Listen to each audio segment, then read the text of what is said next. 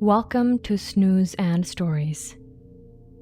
I'm your host, and I'm here to read you a bedtime story. Before we begin, take a few deep breaths.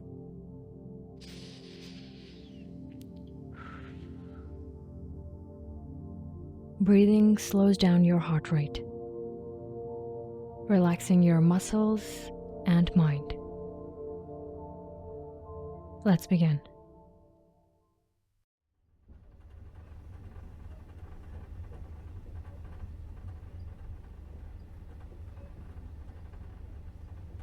Emil, a collector of lives, carried strangers' words in his pockets,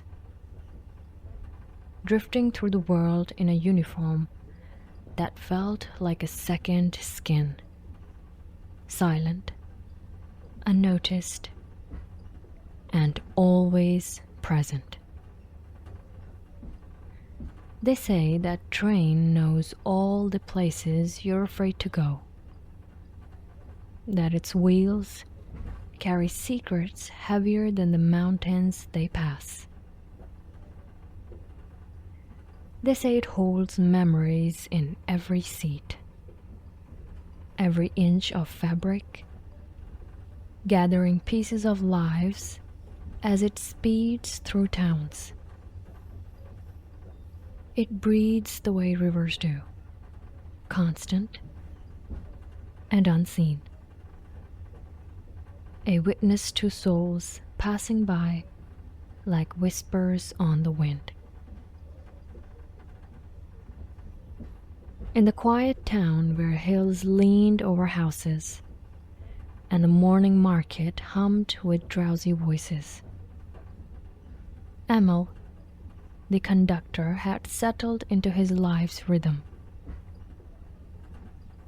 Each morning he walked through cobblestone streets before dawn, his steps soft on stones damp from the night's drizzle. The town woke slowly, with the smell of baking bread drifting from small kitchens, mingling with the faint tendrils of chimney smokes. As he neared the station, he'd spot the train waiting for him, its body sleek and dark, the engine exhaling like a giant's breath, steady and slow. For longer than he could remember, the train had been his companion. He, Emil, conductor of fragments and moments, a collector of lives passing in flashes. Faces came and went, blurring at the edges as his train rolled on, carrying them toward places he'd only imagined. Over the years, he had gathered what they left behind.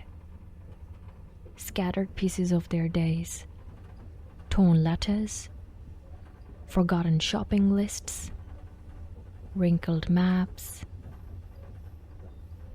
and odd scraps of paper bearing single sentences or hurried scribbles.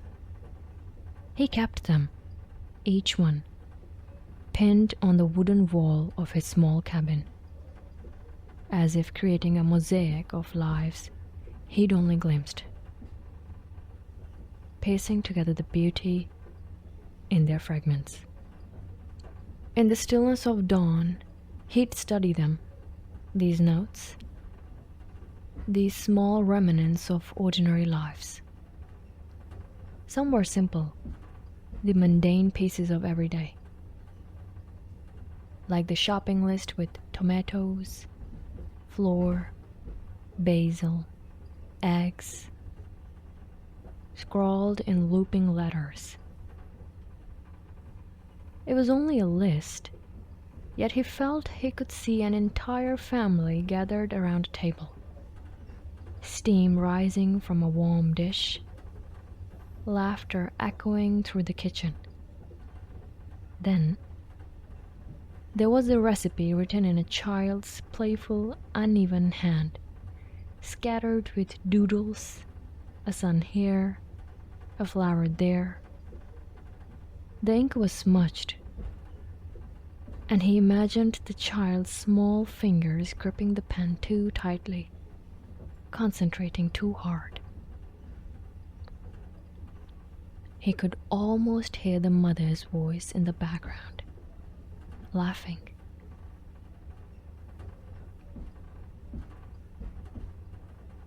One of his oldest notes was a postcard from Madrid, its colors still bright, showing a street filled with painted tiles and warm light. The handwriting on the back was neat, almost practiced. Wish you were here.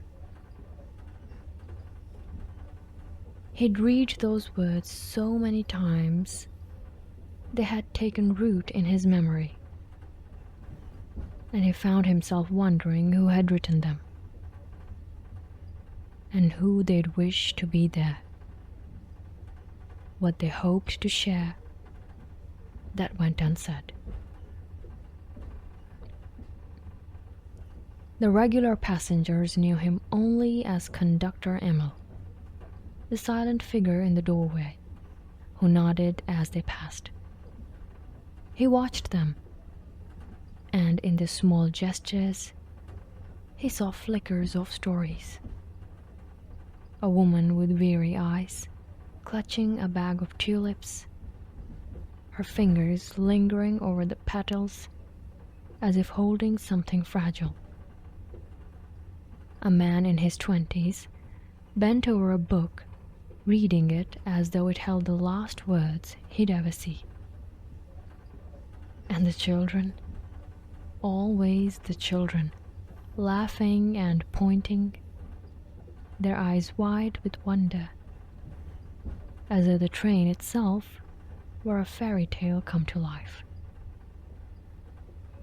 These lives surrounded him in waves, rushing past without ever breaking his solitude.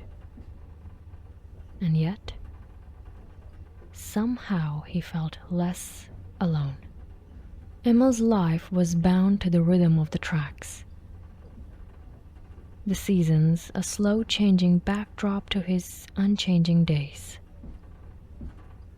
Winter settled in thick layers, muffling voices under hats and scarves, passengers huddling close to one another for warmth. Then came spring, spilling laughter and voices that bloomed like wildflowers into the carriages. It was a reminder of life, outside his own small sphere, but still, it moved around him without ever touching him. One of his favorite notes was an old scrap of paper, the words scratched hastily, as though the writer had wrestled them out, needing to be free of them. Sometimes I think I'll run away, but I'm afraid of not knowing where to go. The note had lain in his cabin, its edges worn, a message from someone he'd never know. And yet, he could feel their longing mirrored so closely to his own. It was as though he had written it himself. Each of these fragments made him feel that maybe, everyone else too was searching for something unnamed, just passing through, like him. In his own life, he had drifted from family and friends, lost touch with letters that once came in spring and summer, thick with news and laughter. Now, these scraps were his only connection, his quiet reminder that others shared his solitude in their own way. On his last day, a silence filled him, heavy as the fog rolling in over the tracks. He hadn't expected to feel the pang of leaving, but it was there, lodged deep, an ache he couldn't name. He looked at the notes one last time. Each piece a silver of a life. Each a reminder of the world he'd never fully touch. A thought bloomed in him then, something he hadn't felt in years. The need to leave a mark, a part of himself, like those strangers had done. Taking a pen in his hand, he let his thoughts spill onto the page slowly. Each word a discovery. For years I have watched people come and go, seen fragments of lives, but never the whole. Each of you, with your laughter, your tears, your quiet, heavy silences. I have seen all of you. I have learned that we are alike in our longing, even as connection slips away like smoke. I leave these words here, with the hope that one day they might mean something to someone, even if they don't mean everything to me. He slipped the note into the seat, like an offering, hoping it might find a reader who needed it. Perhaps someone would read it and feel what he felt, that quiet ache, that deep need to reach out. Or maybe it would be lost, forgotten among the clutter. He understood that was the nature of things. Later that day, a woman in her 20s stumbled upon it. Weary from her own journey, her eyes dulled by the weight of something unnamed. She read these words slowly, as if she could feel the sadness left there. She folded the note gently, placing it into her book. Perhaps she'd read it again someday. Perhaps she'd forget it, let it gather dust. He'd never know. And that, he realized, was enough.